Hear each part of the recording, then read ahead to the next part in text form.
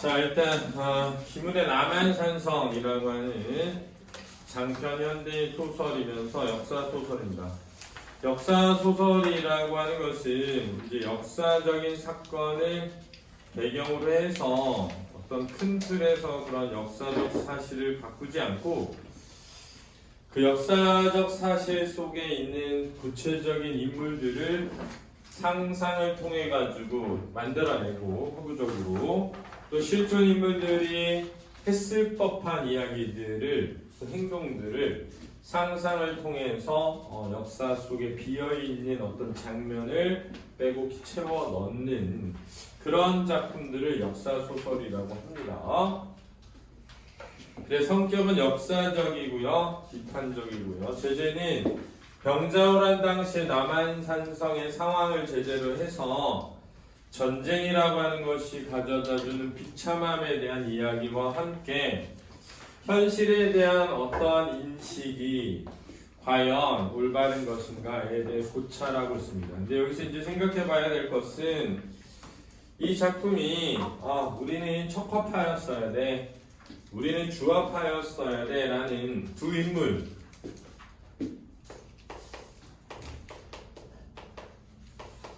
누구죠? 김상환하고 누굽니까? 최명길이죠. 최명길.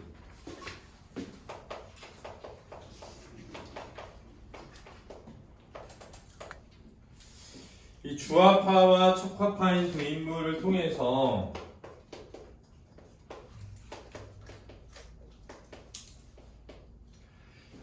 이야기를 하고 있다라고 할 수 있는데, 그때의 객관적인 관점을 취하고 있기 때문에 어느 한쪽이 옳다라고 하는 것이 아니라 두 주장이 가지고 있는 어떤 근거, 그리고 그 근거가 타당한지를 드러내는 데 주목하고 있으면서 동시에 그러한 인물들의 갈등이랑 아무 상관없이 펼쳐지고 있는 어떤 백성들의 죽음,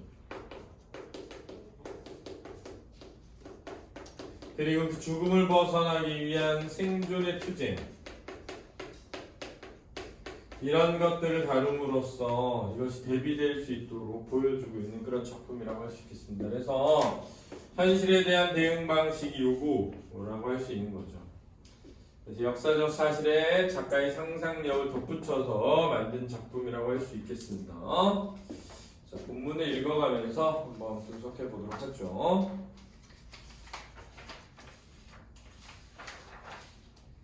자, 병자년 겨울에 청나라 군대가 조선을 침략을 했습니다. 임금은 남한산성으로 피신을 하고요. 남한산성에 고립된 백성과 병사들은 추운 겨울에 혹독한 고통에 내몰리며 죽어갑니다. 자, 이게 이제 당시의 어떤 상황이라고 할 수 있겠죠.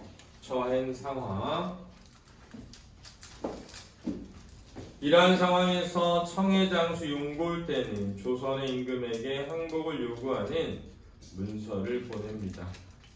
임금이 인조대왕이죠. 인조 승지를 불렀다.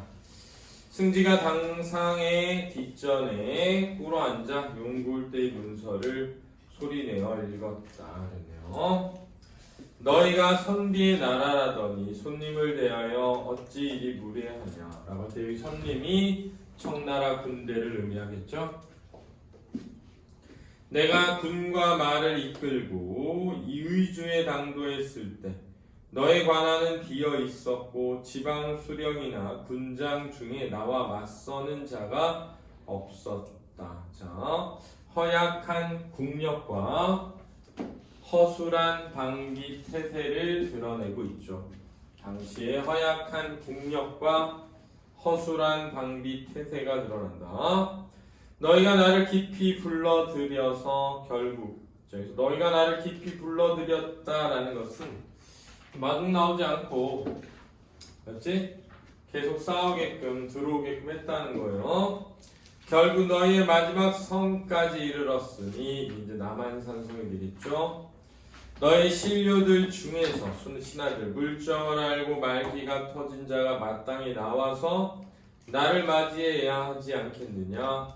나의 말에 예에 비추어 어긋나는 것이냐라고 했단 말이야. 근데 내용은 이러한데 그 말은 이러한데 그 내용의 핵심은 항복의 문서죠. 항복을 요구하는 문서입니다.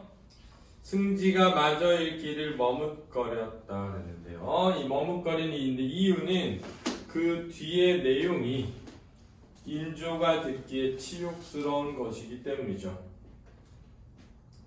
너희 군신이 임금과 신하들이 그 춥고 궁벽한 토굴 속으로 들어가서 춥고 궁벽한 토굴은 남한산성을 비유적으로 표현하는 것이면서 동시에 비하하고 있는 표현입니다.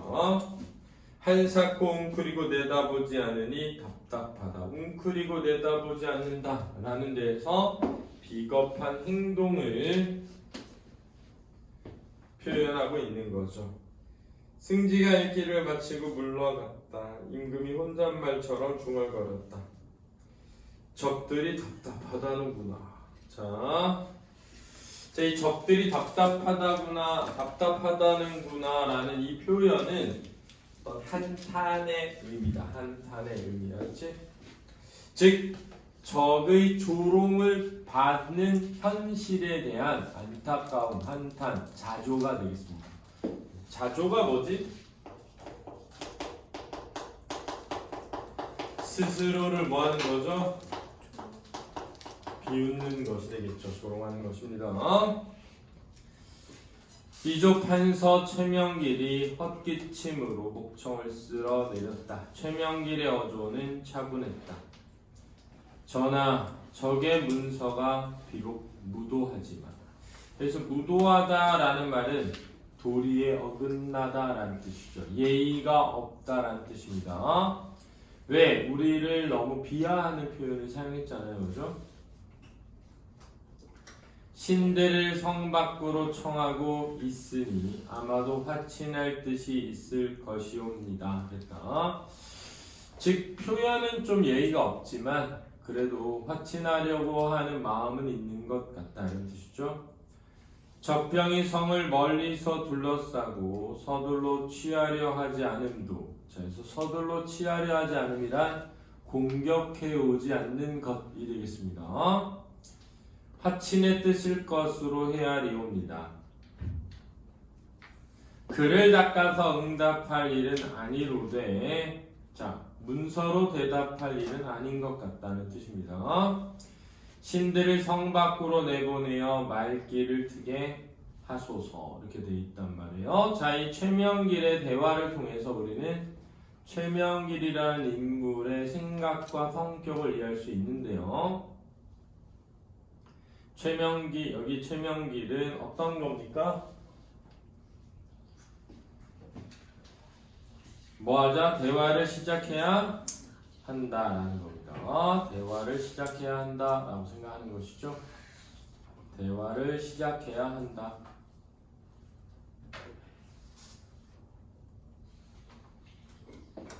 자, 그래서 이런 걸 뭐라고 한다? 반대로 썼네. 주화파라고 하죠.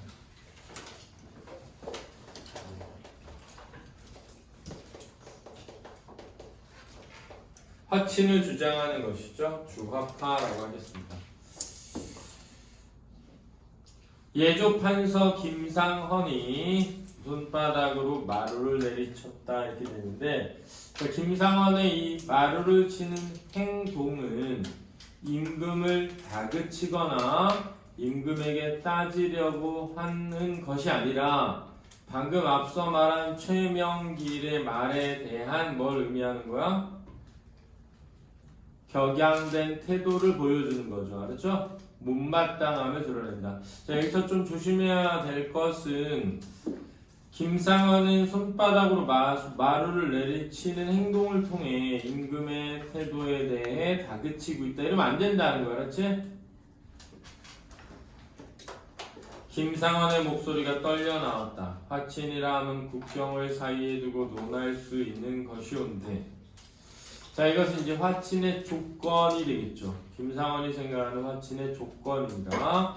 지금 적들이 대병을 모라이처럼 깊이 들어왔으니 화친은 가당치 않사옵니다. 이렇게 되네요. 즉 화친의 조건에 어긋나 있다라는 거죠. 심양에서 여기까지 내려온 적이 빈손으로 돌아갈 리도 없으니 화친은 곧 투항일 것이옵니다. 화친으로 적을 대하는 형식을 삼더라도 지킴으로써 내실을 돋우고 싸움으로써 맞서야만 화친의 길도 열릴 것이며 싸우고 지키지 않으면 화친할 길은 마침내 없을 것이옵니다. 이렇게 되네요. 자, 이 내용의 핵심은 이런 거죠. 지금 화친이라고 말을 하고 있지만 그것은 화친이 아니고 투항이다 라는 거죠. 김상원의 판단입니다. 최명길이 화친을 주장하고 있는데 최명길이 말하는 화친은 화친이 아니고 투항이라는 거죠. 그래서 손바닥을 가로로 치며 격앙된 표현을 한 겁니다. 좀 화가 난 거죠. 그럼 화친을 하려면 싸워야 화친이 열린다는 거죠. 그러므로 화와 전과 수는 다르지 않사옵니다. 즉 화친은 곧 전투이고 수비에서 나오는 것이다 라는 거죠. 전쟁과 그리고 수비를 하지 않고 화친을 할 수는 없다는 인식이야. 적의 문서를 군병들 앞에서 불살라 보여서 싸우고 지키려는 뜻을 밝히소서. 그래서 서로의 입장이 극명히 다르다는 것을 알 수 있죠. 그죠? 최명길은 더욱 낮은 목소리로 말했다. 자, 이렇게 낮은 목소리라고 하는 데서 차분한 성격의 소유자라는 것이 드러나는 거죠. 예판의 말은 말로서는 오르나 그 헤아림이 얕사옵니다. 했단 말이야. 말로서는 오르나 라는 말은 들을 때는 그럴듯하지만 이런 뜻입니다. 말에는 틀린 것이 없지만 이런 뜻이에요. 화친을 형식으로 내세우면서 적이 성을 서둘러 취하지 않으면 성을 말려서 뿌리 뽑으려는 뜻이 온데 앉아서 말라 죽을 날을 기다릴 수는 없사옵니다. 안이 피폐해지면 내실을 도모할 수 없고 내실이 없으면 어찌 나아가 싸울 수 있겠사옵니까? 싸울 자리에서 싸우고 지킬 자리에서 지키고 물러설 자리에서 물러서는 것이 사리일진데 여기가 대체 어느 자리이겠습니까? 더구나 자 여기서 여기가 대체 어느 자리이겠습니까? 라는 말은 궁금해서 물어본 것이라기보다는 서리적 표현을 통해 지금은 물러설 자리이다 라는 것을 주장하고 있는 겁니다. 왜냐하면 지금 물러서지 않으면 말라 죽을 날을 기다릴 수밖에 없기 때문이야. 그렇지? 더구나 김상헌이 최명길의 말을 끊었다. 자, 이런 부분에서도 김상헌의 성격이 형성되고 있죠. 약간 다혈질적인 성격이 있는 거야. 이거 보시오 이판.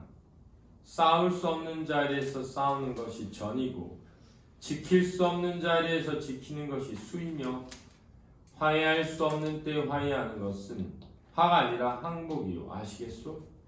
여기가 대체 어느 자리요? 자, 여기서 여기가 대체 어느 자리요? 라는 말의 의무는 궁금해서 물어본 것이 아니라 싸워야 할 자리이다 라는 것입니다. 그렇죠? 여기서 싸울 수 없는 자리라고 해서 화해를 하게 되면 그것은 화해가 아니라 보다 항복이 된다 라는 뜻이 되는 겁니다. 그렇죠?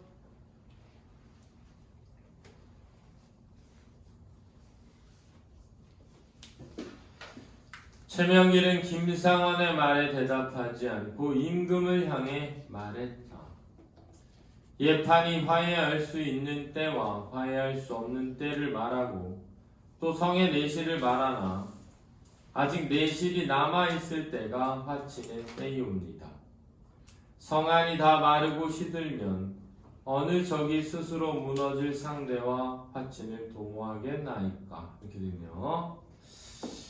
아직 우리에게 힘이 있을 때 화친도 할 수 있는 것이다 라는 생각이죠.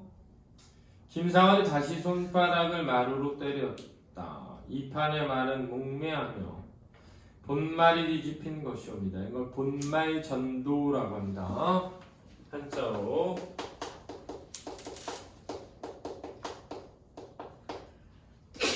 몽매는 어리석다는 뜻입니다. 전이 본이고 화가 말이며 수는 실이옵니다. 그러므로 전이 화를 이끄는 것이지 그 반대가 아니옵니다. 자, 그래서 전이 본이고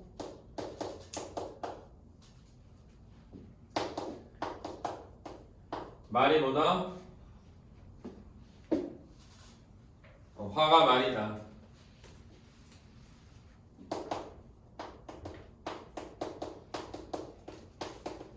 자, 이렇게 되어 있는데 본말 전도에서 본은 중요한 것이고요. 말은 중요하지 않은 것입니다.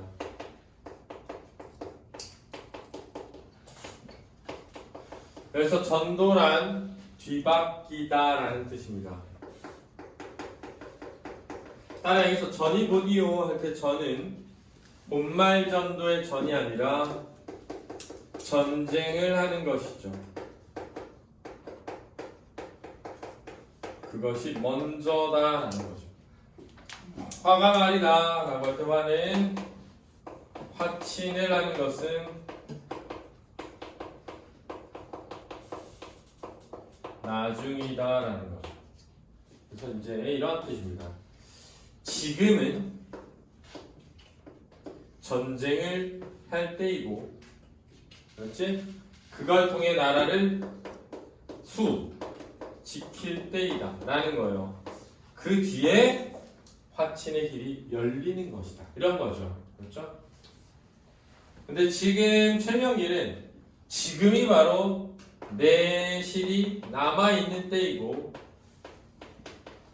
이 힘이 남아있을 때에 화친이 가능하다 라고 얘기하는 거죠. 우리가 이 내실이 다 말라버리면 화친을 하고 싶어도 화친할 수가 없을 것이다 이렇게 되는 거죠. 어떻게 해야 될까? 싸워야죠. 그렇죠. 싸워서 뺏긴 건 다시 찾아올 수 있는데 그냥 줘버리잖아? 다시는 못 찾아옵니다. 원래 내가 생각할 때는 여기에서 싸우지 않은 인조는 결국 자기 목숨을 구하기 위해서였을 뿐 같다고 생각해요. 개인적으로. 자, 보겠습니다.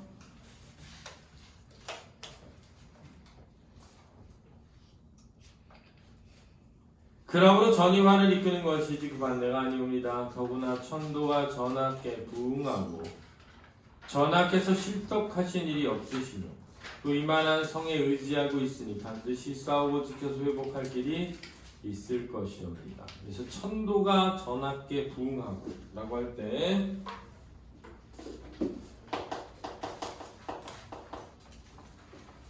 자, 이 천도란 하늘의 도리를 뜻하는 것이죠. 그렇죠? 일반적으로 이런 것은 명분을 뜻하고요. 의리를 뜻하는 것입니다.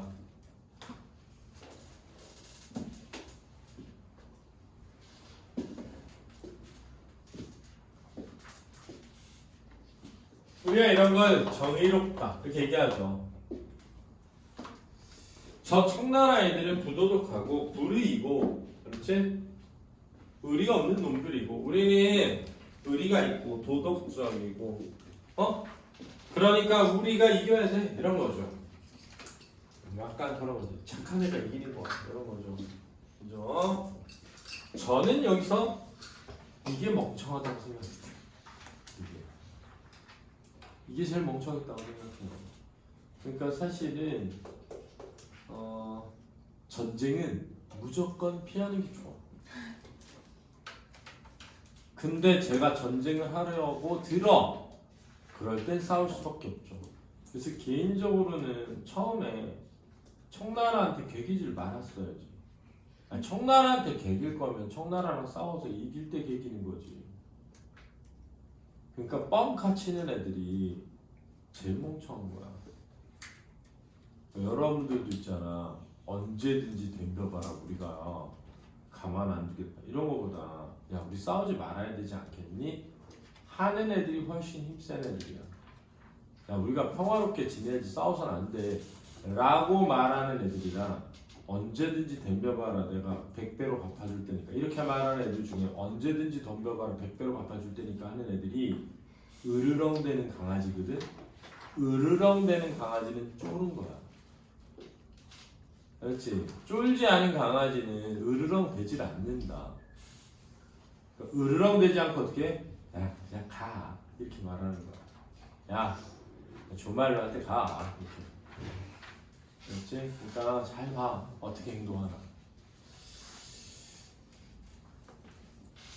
실덕하신 야씨 실덕한 일이 뭐가 없어.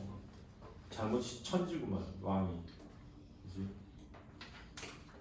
최명길의 목소리는 더욱 가라앉았다. 대비될 굴제물의 행동이 최명길은 천천히 말했다.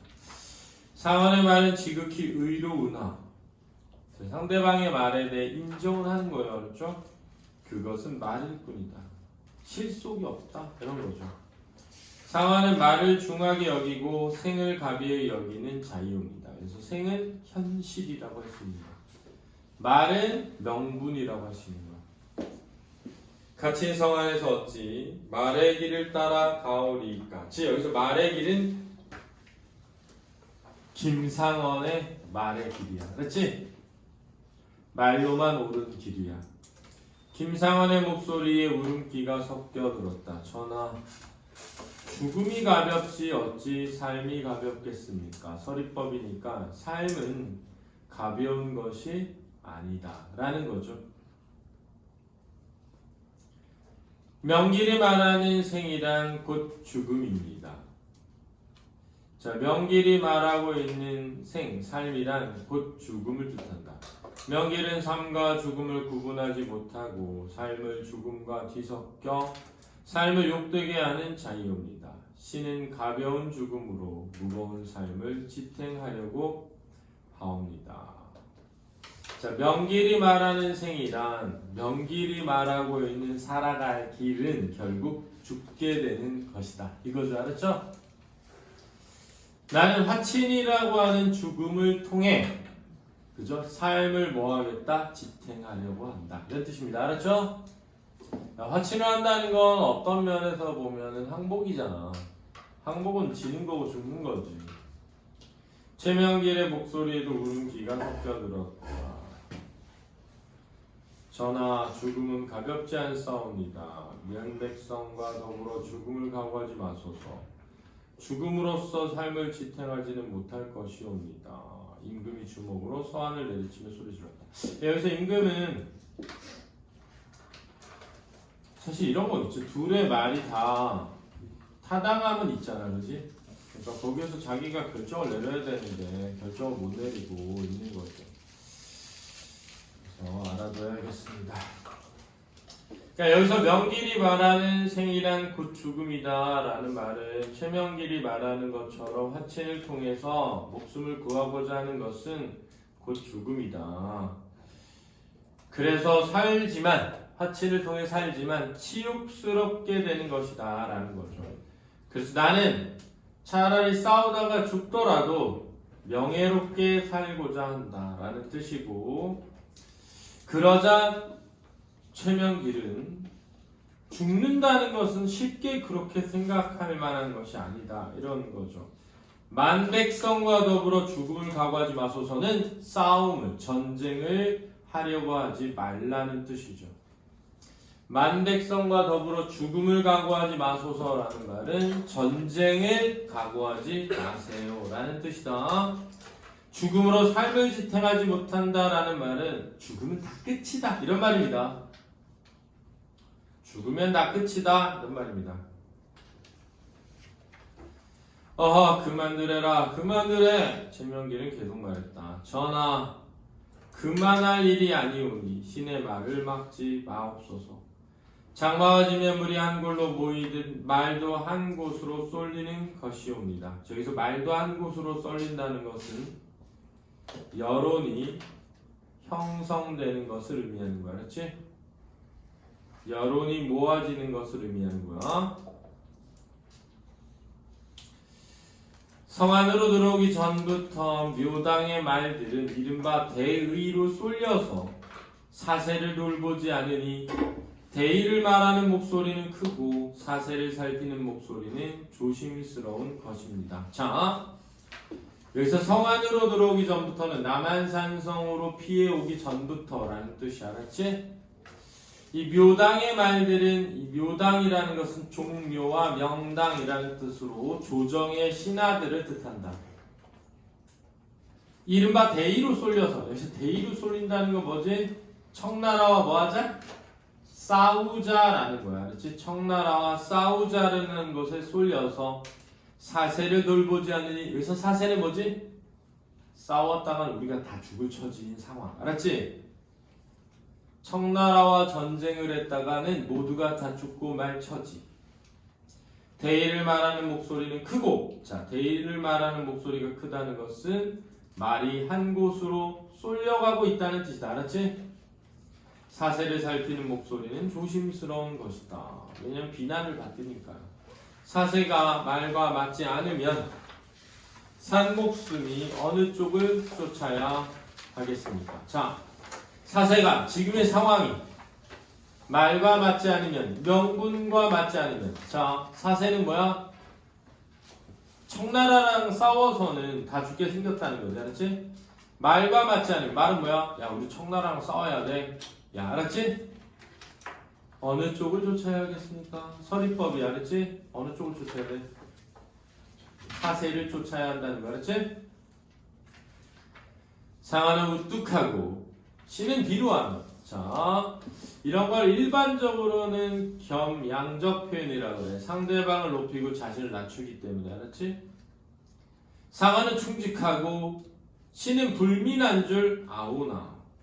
어리석은 줄 알지만 상언을 충렬의 반열에 올리시더라도 신의 뜻을 따라 주시옵소서. 자, 이 말은 내가 대대로 욕먹어도 괜찮으니까 화친을 하십시오. 이런 거야. 알았니? 어? 자, 이런 거죠. 야, 김상원은 이럴 수 있잖아.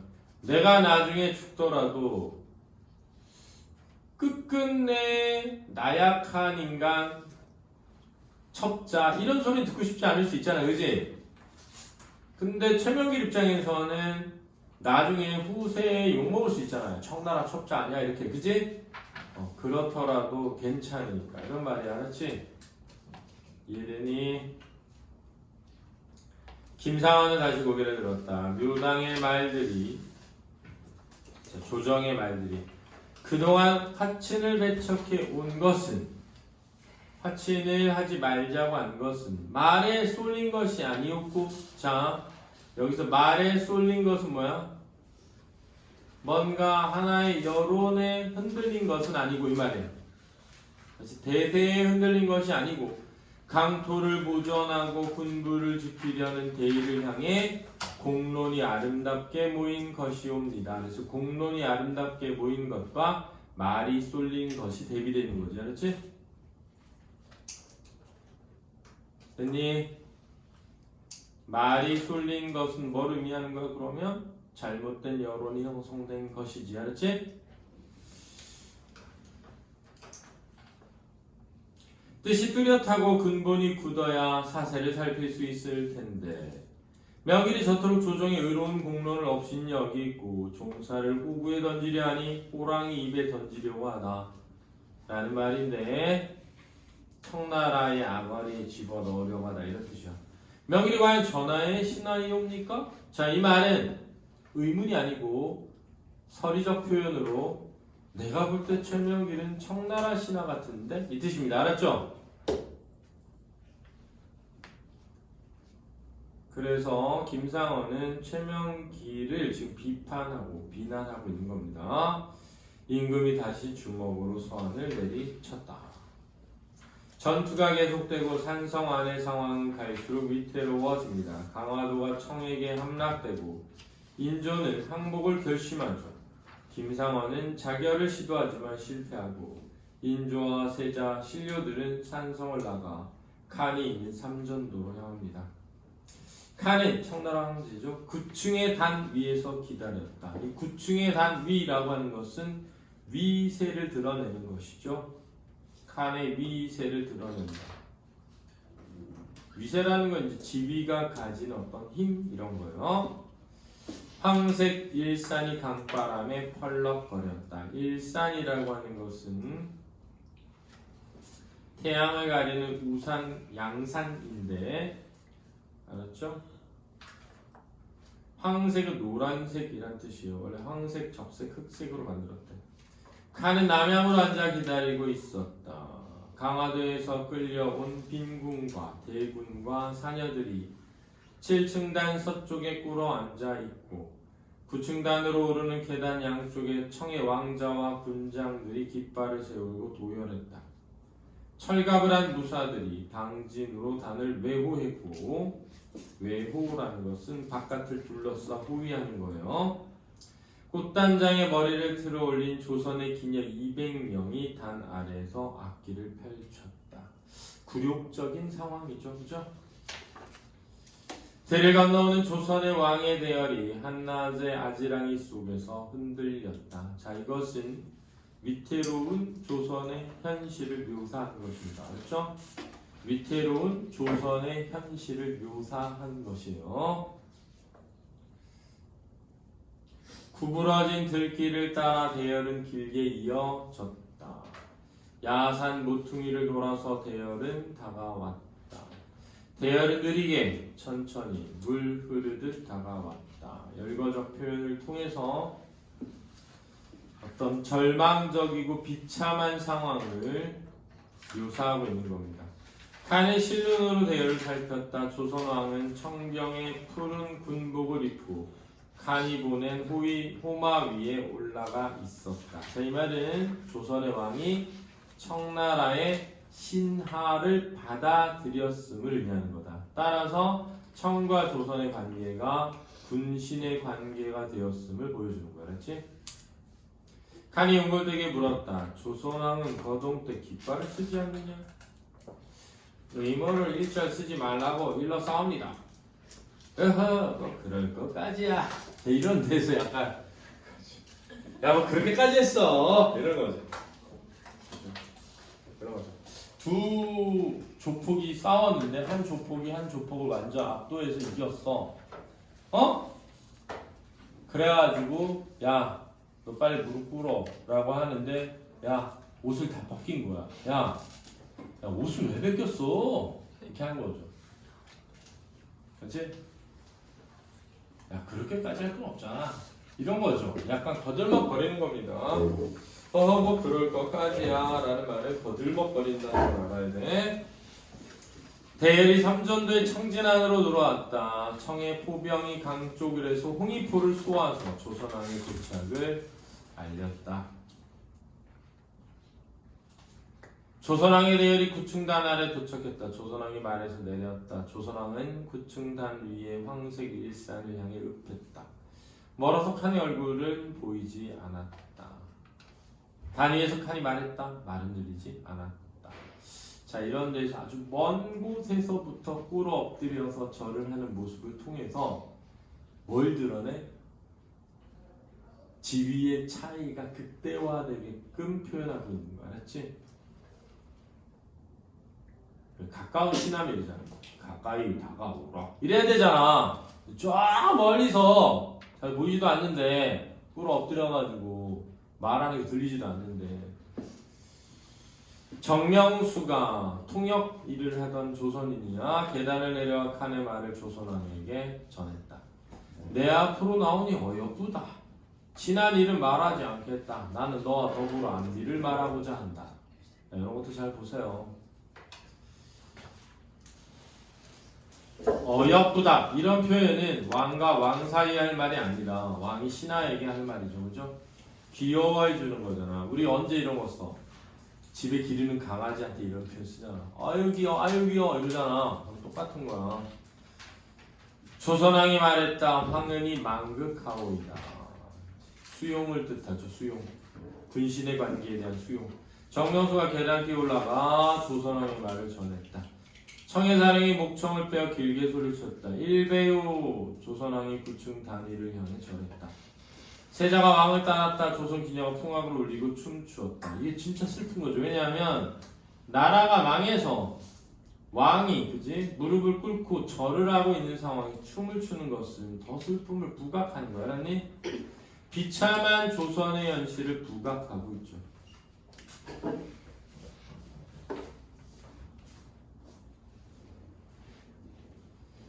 기냐들의 소매자락과 치마폭이 바람에 나부꼈다. 치욕스럽죠. 북악 소리가 강바람에 실려 멀리 퍼졌다.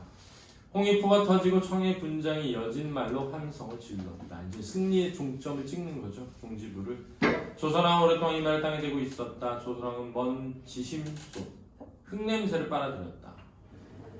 볕에 익은 흙은 향기로웠다. 흙냄새 속에 살아갈 아득한 날들이 흔들렸다. 이것도 암담한 조선의 현실이고 조선의 왕은 이마로 땅을 쥐었다. 청해사령이 다시 소리쳤다. 이배요. 조선왕이 다시 절을 올렸다. 기녀가 손을 잡고 펼치고 좁히며 원물을 주었다. 풍악이 자진몰이로 바뀌었다. 자진몰이는 좀 빠르고 흥겨운 가락이야. 춤추는 기녀의 동작이 빨라졌다. 속옷이 펄럭이고 머리채가 흔들렸다. 다시 홍위포가 터지고 함성이 일어났다. 조선왕이 삼배를 마쳤다. 라고 하면서 치욕스러운 왕의 모습을 마지막으로 보여주고 있습니다. 이걸 알아보시고요.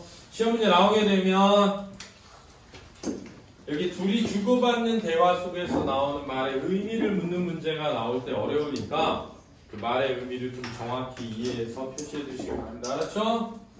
수고하셨습니다.